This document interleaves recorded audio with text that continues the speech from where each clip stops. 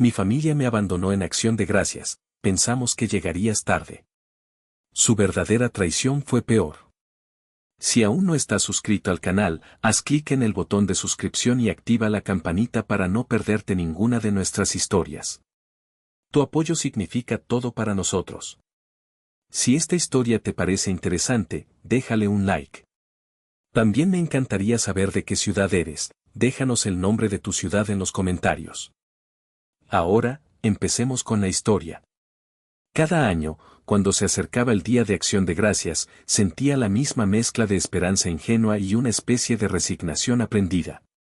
Mi familia, con raíces en Sonora y algunos tíos que cruzaron al otro lado y regresaron con nuevas costumbres, había adoptado esta tradición hacía ya varias décadas. Para mi padre, Ricardo, era una de sus fechas favoritas, una excusa para reunirnos todos, aunque en los últimos años esas reuniones se habían vuelto tensas, por decirlo suavemente. Este año, la tensión la sentía en el aire incluso antes de empezar a hornear el famoso pastel de nuez, el favorito de papá. Hacía una semana, mi madre, Antonia, me había llamado, no para saludar, sino para soltar una letanía de quejas sobre lo difícil que estaba la situación económica y como mi hermana Sofía, su consentida de toda la vida, necesitaba tanto apoyo, pobrecita. Luego, como quien no quiere la cosa, deslizó un comentario sobre lo poco que yo ayudaba en casa, a pesar de que cada mes les daba una cantidad considerable para sus gastos, dinero que, sospechaba, a menudo terminaba financiando los caprichos de Sofía y su vividor esposo, Carlos. Unos días después, Sofía misma me había llamado para pedirme un préstamo, otro más, para no sé qué urgencia inventada. Cuando le recordé amablemente que aún me debía los últimos 3, se hizo la ofendida. Ay, Javier, qué coda eres. Además, es para algo importante, no como tus gastitos.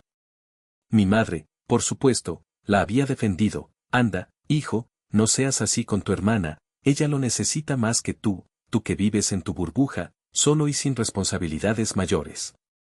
Esa era su forma de decir que, como no estaba casado ni tenía hijos, mi dinero y mi tiempo les pertenecían. Y para rematar, el fin de semana anterior, cuando me ofrecía ayudar a papá a arreglar una fuga en el baño, Antonia saltó de inmediato, no te preocupes, mi amor, Carlos ya dijo que él se encarga. Él sí que es un hombre de verdad, mañoso para todo. El desprecio velado en sus palabras me caló hondo, pero me lo tragué, como siempre. Aún así, como el terco sentimental que soy, me encontraba en la cocina, preparando con esmero el dichoso pastel de nuez. Compré también una botella de vino tinto caro, de esos que a papá le gustaban tanto. Quizás este año sí sea diferente, me dije, intentando ahogar esa vocecita cínica en mi interior que me susurraba al oído, no te hagas ilusiones, güey, ya sabes cómo acaba esto. Mientras conducía hacia su casa, con el pastel despidiendo un aroma delicioso en el asiento del copiloto, llamé a Sofía para confirmar la hora. Su respuesta fue tan vaga como irritante, ay, Javier, no sé, como a las 7, u 8, qué sé yo. Es súper informal, tú nomás cae cuando puedas. No te claves tanto con la hora, relájate un poco. Me extrañó su insistencia en lo informal y en que no me apurara, pero lo atribuye a su habitual desorganización. Laura, mi novia, una mujer con los pies bien puestos sobre la tierra y un detector de sandeces infalible, me había advertido esa misma mañana, ten cuidado hoy, mi amor. Tengo un mal presentimiento, siento que tu mamá y tu hermana andan tramando algo desde hace días. Han estado muy misteriosas. Deseché su preocupación con una sonrisa, diciéndole que no fuera paranoica, que solo era la cena de Acción de Gracias. Y qué equivocado estaba. El tráfico era el habitual para un día festivo, y mientras esperaba en un semáforo, no pude evitar sentir una opresión en el pecho, un nudo de ansiedad que intenté ignorar subiendo el volumen de la música. La esperanza, por más terca que fuera, comenzaba a flaquear. Llegué a casa de mis padres a las 7:10 de la noche, calculando tener tiempo de sobra. Desde la calle, noté algo raro, todas las luces estaban apagadas y el coche de mi padre no estaba estacionado en la cochera. Un mal presentimiento comenzó a instalarse en mi estómago. Toqué el timbre 1, 2, 3 veces. Nada. Marqué el celular de mi madre, directo a buzón. Probé con el de Sofía, mismo resultado. El de mi padre, también apagado o fuera de área. La preocupación inicial de que algo malo les hubiera pasado comenzó a mezclarse con una sospecha helada. Justo cuando estaba por sacar mi llave para intentar abrir, la puerta de la casa de al lado se abrió y apareció doña Remedios, la vecina más metichona de toda la colonia, con sus tubos puestos y una bata floreada. Y Javiercito, ¡qué milagro!, exclamó con esa voz chillona que tanto me crispaba los nervios. Pues no que la cena iba a ser en otro lado, mijo. Fíjate que vi salir a tus papás y a la Sofía con su marido, el Carlos S., hará como una hora, bien emperifollados que iban todos. Hasta se subió con ellos ese señor de los trajes, el abogado ese amigo de tu mamá, ¿cómo se llama? Ah, sí, don Anselmo. La información de doña Remedios me cayó como un balde de agua fría. ¿Don Anselmo? ¿El abogado de toda la vida de mi madre? ¿Qué demonios tenía que hacer él en la cena de Acción de Gracias? Mi confusión y alarma se dispararon. Agradecí a la vecina con una sonrisa forzada y me metí de nuevo a mi coche, sintiendo como el nudo en mi estómago se apretaba dolorosamente. Saqué mi celular, y fue entonces cuando vi las notificaciones. 2 mensajes nuevos. El primero era de mi madre, Antonia. Corto, directo y brutalmente hiriente: Javier, qué pena, pero como siempre te tardas tanto, decidimos irnos a cenar a La Casona, con Carlos y Sofía. Don Anselmo también vino. Ya sabes, asuntos importantes que atender que no podían esperar. Para la otra te apuras más, mi vida. Mi vida final sonó a burla. Casi al instante, llegó el segundo mensaje, este de Sofía, acompañado de un emoji de una chica encogiéndose de hombros: sorry, bro. No te quisimos esperar, la verdad. Estamos en La Casona, está de lujo. Carlos se está portando espléndido como siempre, ya sabes. Luego te enseñamos las fotos para que veas lo que te perdiste. _Family First _Noche VIP. Leí los mensajes una y otra vez, sintiendo como la incredulidad daba paso a una rabia fría y una humillación profunda. El pastel de nuez en el asiento del copiloto, que había horneado con tanto cariño para mi padre, ahora parecía una ofensa, un recordatorio de mi estupidez. Asuntos importantes con el abogado, repetí en voz baja. ¿Qué clase de asuntos familiares se discutían en un restaurante caro, excluyendo a uno de los hijos, y precisamente en Acción de Gracias? La insistencia de Sofía en que no me apurara cobró un sentido siniestro. No era desorganización, era premeditación. Por un momento, la imagen de estrellar el pastel contra la puerta de su casa cruzó mi mente, pero respiré hondo. No les daría esa satisfacción. Arranqué el coche, sin un rumbo fijo, sintiendo el peso de la traición en cada fibra de mi ser. No fui a mi departamento, no quería estar solo con mis pensamientos oscuros. Conduje hasta un pequeño bar de barrio que conocía, un lugar tranquilo y oscuro donde podría intentar poner mis ideas en orden. Pedí un tequila doble, sintiendo el ardor recorrer mi garganta, pero ni siquiera eso lograba mitigar el sabor amargo de la decepción. Saqué el celular y marqué el número de Laura. Necesitaba escuchar una voz amiga, una voz que no estuviera teñida de falsedad. Ella contestó al segundo timbrazo, y su voz cálida fue un pequeño bálsamo. Te lo dije, ¿verdad?, susurró con una mezcla de tristeza y comprensión cuando le conté lo sucedido. No te apures, de tu hermana sonaba demasiado sospechoso. El tequila ayudó a calentar mi cuerpo, pero no mi ánimo. Sentado en la penumbra del bar, con el murmullo de otras conversaciones como telón de fondo, una necesidad casi masoquista me impulsó a abrir Instagram. Y ahí estaba, la prueba irrefutable de su descaro, desplegada en una serie de historias y posts recientes de Sofía y Carlos. Las imágenes eran una bofetada. Sofía, con un vestido nuevo y demasiado llamativo, sonreía con afectación a la cámara, copa de champaña en mano. Mi madre, Antonia, a su lado, radiante y enjollada como si fuera la reina de Saba. Carlos, el esposo de mi hermana, con su típica sonrisa de suficiencia, abrazándolas a ambas, presumiendo un reloj que parecía costar más que mi sueldo de 3 meses. Mi padre, Ricardo, aparecía en algunas fotos, pero su sonrisa se veía forzada, sus ojos algo perdidos, como si no estuviera del todo presente. Y sí, en una foto grupal, ahí estaba don Anselmo, el abogado, con su traje impecable, aunque con una expresión ligeramente incómoda, como si supiera que estaba participando en algo turbio. Los platillos que desfilaban por la pantalla eran de esos que solo ves en revistas de alta cocina. El restaurante La Casona era uno de los más caros y exclusivos de la ciudad. Y las leyendas que acompañaban las fotos eran la sal en la herida. Sofía había escrito, celebrando la vida con los que sí suman y nunca restan. Salud por nosotros. Almohadilla familia de verdad almohadilla agradecidos almohadilla noche VIP. Carlos, por su parte, había publicado una foto de él firmando algo que parecía una cuenta abultadísima, con la leyenda, cerrando tratos importantes y celebrando con la verdadera familia.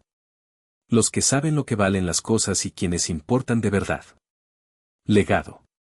¿Qué pinche legado estaban construyendo a mis espaldas? Pensé con una mezcla de furia y un escalofrío que me recorrió la espalda. La palabra resonaba en mi cabeza con un eco siniestro. Esto iba más allá de una simple cena de acción de gracias. Esto olía a podrido, a una conspiración bien orquestada. Al día siguiente, con la resaca moral y la física haciéndome compañía, recibí la llamada de mi madre. Esperaba, ingenuo de mí, una disculpa, una explicación medianamente coherente. En lugar de eso, Antonia desplegó todo su arsenal de manipulación, comenzando con una voz melosa, casi de víctima: «Ay, mi hijito adorado. Qué disgusto tuvimos anoche. No tienes idea de la pena que nos dio que no llegaras a tiempo. Pero es que Carlos, ya sabes cómo es de detallista, tenía esta reservación no cancelable en La Casona, desde hace semanas, un detallazo para tu papá, y don Anselmo, pobrecito. Tenía que revisar unos documentos urgentes de tu padre, cosas de su pensión, ya sabes, trámites que no podían esperar más». Escuché su perorata sin interrumpir, sintiendo como la náusea subía por mi garganta. Después del melodrama y las excusas baratas, vino el verdadero motivo de su llamada, la estocada final, y bueno, hablando de urgencias y de tu papito, mi amor. Fíjate que anda necesitando unos medicamentos nuevos que son carísimos, y con lo de su pensión que apenas alcanza, ¿crees que podrías prestarnos una lanita? No mucha, solo para salir del apuro. Y bueno, ya que estamos en esas, Sofía anda queriendo remodelar su cocina, y un empujoncito tuyo le vendría de maravilla, para que esté más cómoda la niña. Ahí exploté. Ya no pude más. En serio, mamá, le grité, sintiendo cómo temblaba mi voz por la rabia contenida. Después de la humillación de anoche, después de dejarme plantado como un imbécil, después de su numerito con el abogado y el restaurante de lujo, ¿tienes el descaro de llamarme a pedirme dinero para tus caprichos y los de Sofía? Antonia se hizo la ofendida, su voz adquiriendo un tono de mártir incomprendida. ¿Pero qué cosas dices, Javier? Qué malagradecido e insensible eres. Uno ya no puede ni tener un detalle con tu padre porque tú todo lo malinterpretas. Todo lo hacemos por el bien de la familia, especialmente por tu papá. Tú solo piensas en ti y en tu dinero. Y deja de estar inventando cosas raras del abogado, solo fueron unos papeles de rutina de la empresa, cosas que ni entiendes. Antes de que pudiera responder, Sofía le arrebató el teléfono a mi madre, su voz chillona taladrándome el oído: «Ya supéralo, Javier, neta. No todo el universo gira alrededor de ti. Y eres un envidioso porque a nosotros sí nos va bien y podemos darnos nuestros lujos. Papá estaba feliz, ¿o querías que nos amargáramos la noche esperándote para tu mugroso pastel?» Les colgué. No podía seguir escuchando sus mentiras y sus insultos. La rabia se había transformado en una determinación fría y calculadora. Necesitaba saber la verdad, toda la verdad, por más dolorosa que fuera. Esto no era solo un desplante familiar, esto era algo mucho más oscuro y retorcido. Y yo iba a llegar al fondo del asunto. Los siguientes días fueron un infierno de conjeturas y ansiedad. Decidí cortar toda comunicación con mi madre y mi hermana. No respondía sus llamadas ni sus mensajes, que pasaron de la falsa preocupación a la indignación y las acusaciones de ser un hijo desnaturalizado. Laura fue mi ancla en medio de esa tormenta emocional, escuchándome con paciencia y aconsejándome que no actuara impulsivamente. Comencé a investigar discretamente sobre don Anselmo. Era un abogado de la vieja escuela, con una reputación un tanto ambigua, conocido por ser más leal a ciertos clientes adinerados que a la ética profesional. Lo que descubrí no me gustó nada. Fue entonces cuando recibí un mensaje inesperado de mi tía Elena, la hermana menor de mi madre. Elena siempre había sido la más sensata y justa de esa rama de la familia, una mujer discreta que prefería mantenerse al margen de los dramas de Antonia, pero con una mirada aguda para las injusticias. Javier, sobrino querido, necesitamos hablar urgentemente, decía su mensaje. Lo que te hicieron tu madre y tu hermana no tiene nombre, y me temo que es mucho más feo de lo que te imaginas. Carlos les está metiendo ideas muy peligrosas en la cabeza. Nos encontramos en una pequeña cafetería alejada del centro, un lugar neutral donde pudiéramos hablar sin ser interrumpidos. Tía Elena se veía nerviosa, sus manos temblaban ligeramente mientras sostenía su taza de café. Perdóname por no haber hablado antes, Javier, comenzó con voz queda, pero es que, es muy delicado. Tuve que pensarlo mucho, pero no puedo quedarme callada viendo la barbaridad que están planeando. Lo que me contó a continuación me heló la sangre y confirmó mis peores sospechas. Resultó que Antonia, instigada por Carlos y con la complicidad de Sofía, llevaba meses urdiendo un plan para tomar control total de los bienes de mi padre. Aprovechando que Ricardo había estado más olvidadizo y dependiente desde una pequeña embolia cerebral que sufrió a principios de año, una embolia de la que, por cierto, mi madre y mi hermana se habían olvidado de informarme detalladamente, minimizándola como un simple mareo, habían decidido que era el momento de actuar. La cena de acción de gracias fue la coartada perfecta, Javier, explicó Elena, con la voz cargada de indignación. Por la tarde, mucho antes de la supuesta hora de la cena a la que te citaron, llevaron a tu padre con don Anselmo. Lo hicieron firmar dos documentos cruciales, un poder notarial general amplísimo a nombre de Antonia, dándole control absoluto sobre todas sus cuentas bancarias, propiedades y decisiones médicas, y un nuevo testamento donde Sofía figura como la heredera universal de la casa familiar y de la mayoría de los bienes. A ti, añadió con una mueca de dolor, te dejan una cantidad simbólica, una miseria, para que no digas que no te dieron nada y no puedas impugnar tan fácilmente. Según mi tía, Carlos fue el cerebro detrás de la estrategia legal, convenciéndolas de que era urgente actuar antes de que la salud de Ricardo se deteriorara más y, sobre todo, antes de que Javier metiera su cuchara y lo echara todo a perder con sus sentimentalismos. La excusa de mi supuesta tardanza habitual fue el pretexto perfecto para justificar mi ausencia ante don Anselmo y ante el propio Ricardo, a quien seguramente le dijeron que yo no me interesaba lo suficiente como para llegar a tiempo a una cena familiar. Me quedé sin palabras, sintiendo un vacío helado en el pecho. No era solo un desplante, no era solo la humillación. Era una traición calculada, fría, despiadada. Un intento de despojo en toda regla. Agradecí a mi tía Elena con un nudo en la garganta. Su valentía al contarme todo esto significaba un riesgo para ella, pero su sentido de la justicia había sido más fuerte. Ten mucho cuidado, Javier, me advirtió al despedirnos. Son capaces de cualquier cosa con tal de salirse con la suya. Aturdido y con el estómago revuelto por la náusea, lo primero que hice al salir de la cafetería fue llamar a mi tío Roberto, el hermano menor de mi padre. Un hombre íntegro y sensato que vivía en Hermosillo pero con quien siempre había tenido una relación cercana. Le conté, con la voz entrecortada por la rabia y la incredulidad, todo lo que acababa de descubrir. Tío Roberto escuchó en silencio, y cuando terminé, soltó una serie de maldiciones en voz baja que rara vez le oía pronunciar. Lo sabía, maldita sea, lo sabía, exclamó con frustración. Tu padre me llamó hace unas semanas, Javier, sonaba muy angustiado, confundido. Me dijo que Antonia lo andaba presionando mucho con unos papeles importantes que tenía que firmar, y que don Anselmo estaba metido en el ajo. Le advertí, le rogué que no firmara absolutamente nada sin que tú lo revisaras primero, sin que un abogado de tu confianza lo viera, maldita sea, debí haber sido más insistente, debí haber volado para allá en ese momento.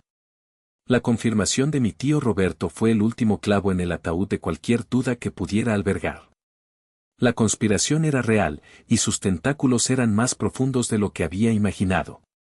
Pero ahora no estaba solo. Tío Roberto me ofreció su apoyo incondicional. No te preocupes, mijo, me dijo con firmeza. Esto no se va a quedar así. Tu padre no merece esto, y tú tampoco. Voy a tomar el primer vuelo a la Ciudad de México. Vamos a enfrentar esto juntos. Su voz, cargada de determinación, fue un bálsamo para mi alma herida. La lucha apenas comenzaba, pero ya no me sentía tan desamparado. La llegada de mi tío Roberto al día siguiente fue como un soplo de aire fresco en medio de la pestilencia de la traición. Su presencia serena pero firme me dio la fortaleza que necesitaba. Laura, por su parte, se movió con una rapidez y eficiencia impresionantes. Esa misma tarde ya había contactado a una abogada recomendada por un socio de su despacho, la licenciada Isabel Ramírez. Especialista en derecho familiar y sucesorio, con fama de ser implacable y muy ética. No puedes enfrentarlo solo con la emoción, Javier, me aconsejó Laura sabiamente después de escuchar el relato completo de boca de mi tío y mía. Necesitas hechos, pruebas y una estrategia legal sólida. Antonia y Carlos son manipuladores, van a negar todo y tratarán de ponerte a ti como el villano. Siguiendo el consejo de Laura y la licenciada Ramírez, con quien tuvimos una primera consulta esa misma noche, decidimos que el primer paso, y el más crucial, era hablar con mi padre a solas, en un entorno neutral. Lejos de la influencia de Antonia. Necesitábamos evaluar su estado de lucidez, entender hasta qué punto era consciente de lo que había afirmado y, sobre todo, si estaba dispuesto a revertirlo. Al día siguiente, llamé a mi padre con la excusa de invitarlo a tomar un café y platicar un rato, como en los viejos tiempos. Cuando Antonia contestó el teléfono y escuchó mi voz, su tono se volvió instantáneamente hostil. Intentó unirse al plan, diciendo que ella también quería aclarar las cosas, pero fui inflexible, con una calma que me sorprendió a mí mismo. Mamá, con todo respeto. Esta es una conversación que necesito tener a solas con mi papá. Por favor. Colgó con un bufido de enfado, pero al menos había cedido. Nos encontramos en un Vips discreto cerca de su casa. Mi padre llegó con un semblante preocupado, sus ojos reflejaban una mezcla de miedo y tristeza. Pedimos café y, una vez que la mesera se retiró, fui directo al grano, pero con toda la delicadeza que pude reunir. Papá, comencé, mi voz apenas un susurro, sé que el día de Acción de Gracias, antes de la cena, te llevaron con don Anselmo. Tía Elena y tío Roberto ya me contaron, bueno, me contaron su preocupación por unos documentos que firmaste. Necesito que me digas qué pasó exactamente, qué fue lo que te pidieron firmar. No estoy enojado contigo, papá, de verdad. Solo quiero entender y ayudarte. Sus ojos se llenaron de lágrimas. Miró a su alrededor, como si temiera que Antonia fuera a aparecer de la nada. Luego, con la voz temblorosa, comenzó a hablar. Me describió la presión constante de mi madre y de Sofía en las semanas previas, los comentarios insidiosos de Carlos sobre mi supuesta irresponsabilidad financiera y mi desinterés por ellos. Me contó cómo Antonia le había insistido en que firmar esos papeles era por su propio bien, para proteger su patrimonio y asegurar que Sofía, que tanto lo cuidaba, no quedara desamparada. Le habían dicho que yo ya tenía mi vida hecha, que no los necesitaba, y que esos documentos eran una simple formalidad. Don Anselmo apenas me explicó nada, Javier, confesó mi padre, secándose una lágrima furtiva. Todo fue muy rápido. Antonia estaba a mi lado todo el tiempo, apurándome, diciéndome dónde firmar. Me sentí confundido, presionado. Tu madre me dijo que si no firmaba, significaba que no confiaba en ella después de tantos años de matrimonio, que la estaba desairando, que la dejaría en la calle si algo me pasaba.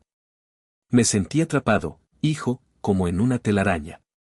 Mientras hablaba, metió la mano en el bolsillo de su chaqueta y sacó un fajo de papeles doblados. Me los extendió con mano temblorosa. Logré guardar una copia de uno de los documentos que me hicieron firmar ese día, cuando Antonia se distrajo un momento. No sé si sirva de algo, pero, quería que lo tuvieras. Era una copia del poder notarial. mi corazón dio un vuelco. Este pequeño acto de resistencia de mi padre era más valioso que cualquier otra prueba. Le aseguré que ese documento era crucial y que lo ayudaríamos a solucionar todo. La licenciada Ramírez ya estaba trabajando en una estrategia. La confrontación final la planeamos para ese fin de semana. Convoqué una reunión familiar urgente en casa de mis padres. Laura estuvo a mi lado.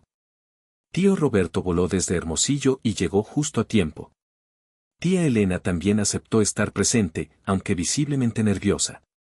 La licenciada Ramírez nos aconsejó no estar presente ella misma en esta primera instancia para no escalar la situación innecesariamente, pero nos dio instrucciones claras sobre qué decir y cómo actuar.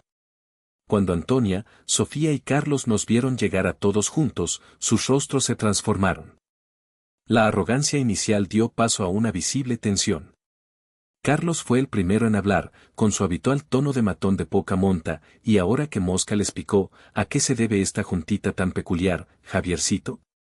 Con una calma que no sabía que poseía, y con el poder notarial en mi mano, comencé a exponer los hechos, uno por uno, la manipulación de mi padre aprovechando su vulnerabilidad, el engaño con la cena de acción de gracias. La firma apresurada de documentos con don Anselmo, el contenido del poder notarial y del testamento que buscaban despojarme y darle control absoluto a Antonia.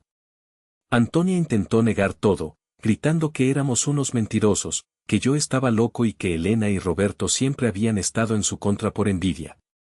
Sofía comenzó a lloriquear, acusándome de querer destruir a la familia por ambición. Fue entonces cuando tía Elena, con una fuerza que nunca le había visto, la interrumpió: «Basta de mentiras, Antonia, yo misma te escuché, en esta misma casa, hablar con Carlos sobre cómo tenían que acelerar lo de los papeles de Ricardo antes de que Javier metiera su cuchara y lo echara todo a perder. Decías que había que asegurar el futuro de Sophie antes de que Ricardo se pusiera más difícil de manejar. Deja de hacerte la víctima». Carlos intentó desacreditar a Elena, pero tío Roberto lo silenció con una mirada fulminante y luego se dirigió a mi padre: «Ricardo, hermano, es hora de que hables. Diles la verdad. Diles cómo te sentiste. Ya no tienes por qué tenerles miedo. Estamos aquí contigo». Todos los ojos se posaron en mi padre. Se enderezó en su sillón, y aunque su voz temblaba ligeramente, sus palabras fueron claras y resonantes: «Ya basta, Antonia, me engañaron, me presionaron, lo que firmé ese día, esa no es mi voluntad, Javier es mi hijo. Y lo que ustedes hicieron, es una canallada». El silencio que siguió fue denso, casi palpable.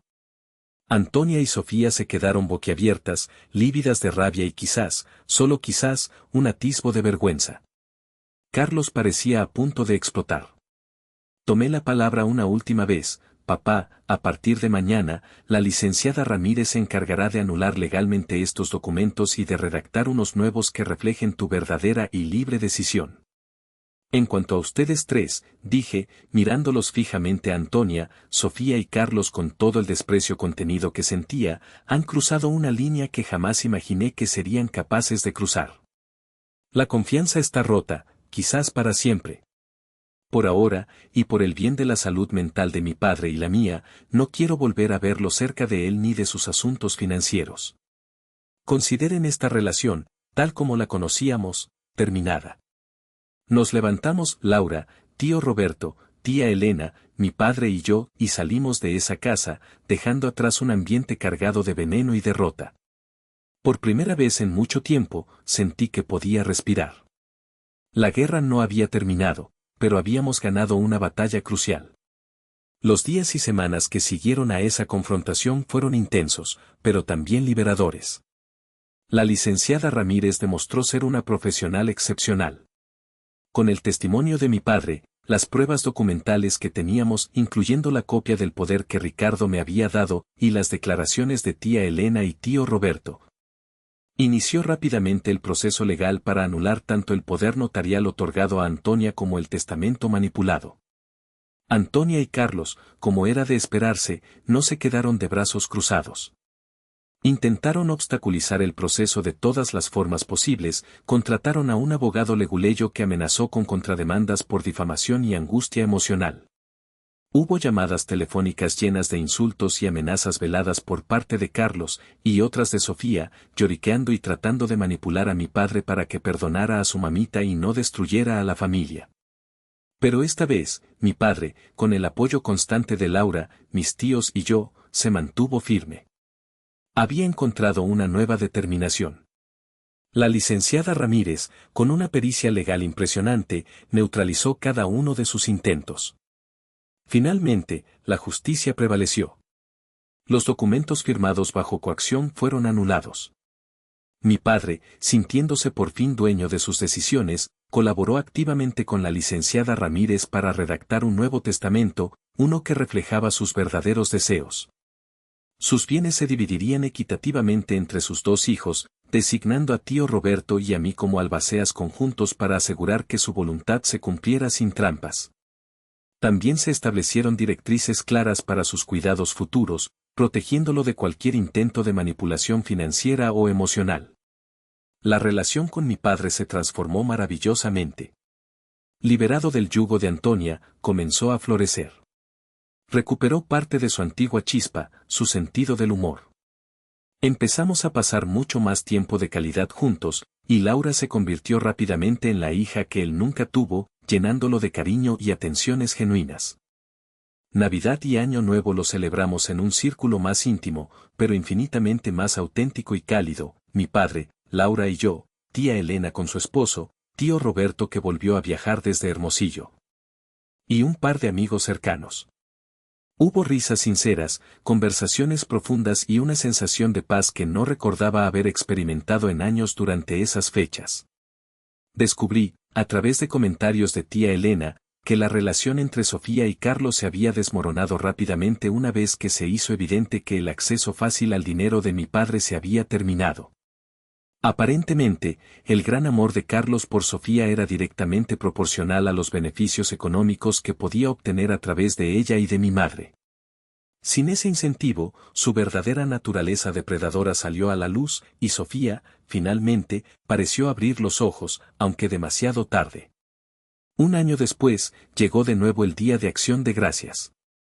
Esta vez, Laura y yo fuimos los anfitriones en nuestro departamento. Mi padre, visiblemente más saludable, más lúcido y genuinamente feliz, nos ayudó a preparar la cena, contando chistes y recordando anécdotas de su juventud. Tía Elena y tío Roberto también estaban allí, brindando por los nuevos comienzos. Mientras estábamos sentados a la mesa, a punto de compartir los alimentos, mi celular vibró. Era un mensaje de un número desconocido. Lo abrí con cautela. Decía: Javier, soy Sofía. Sé que me porté de lo peor, que no tengo perdón. Carlos y yo ya no estamos juntos, me dejó en la calle. Entendería que no quisiera saber nada de mí, pero, ¿crees que algún día podamos hablar? Necesito ayuda. Suspiré profundamente y le mostré el mensaje a Laura. Ella me miró con comprensión.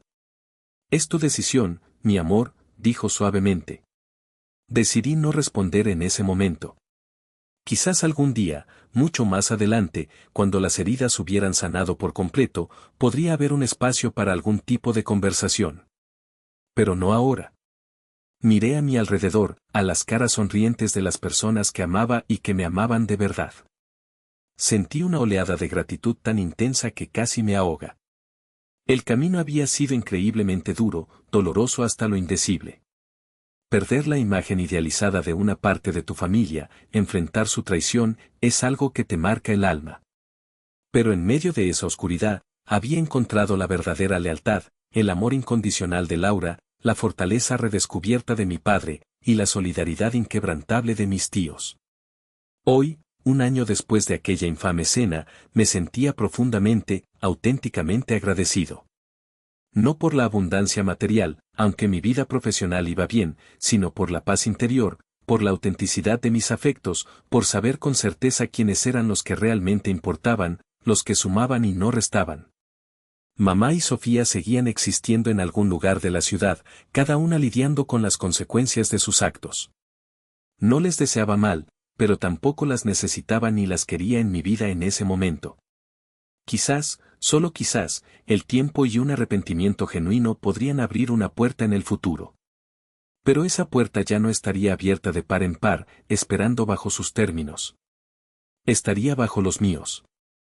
Porque mi tranquilidad, mi dignidad y la de la familia que había elegido y construido, esa que ahora me rodeaba con amor, no tenían precio. Y ese, al final, era el mayor legado de todos.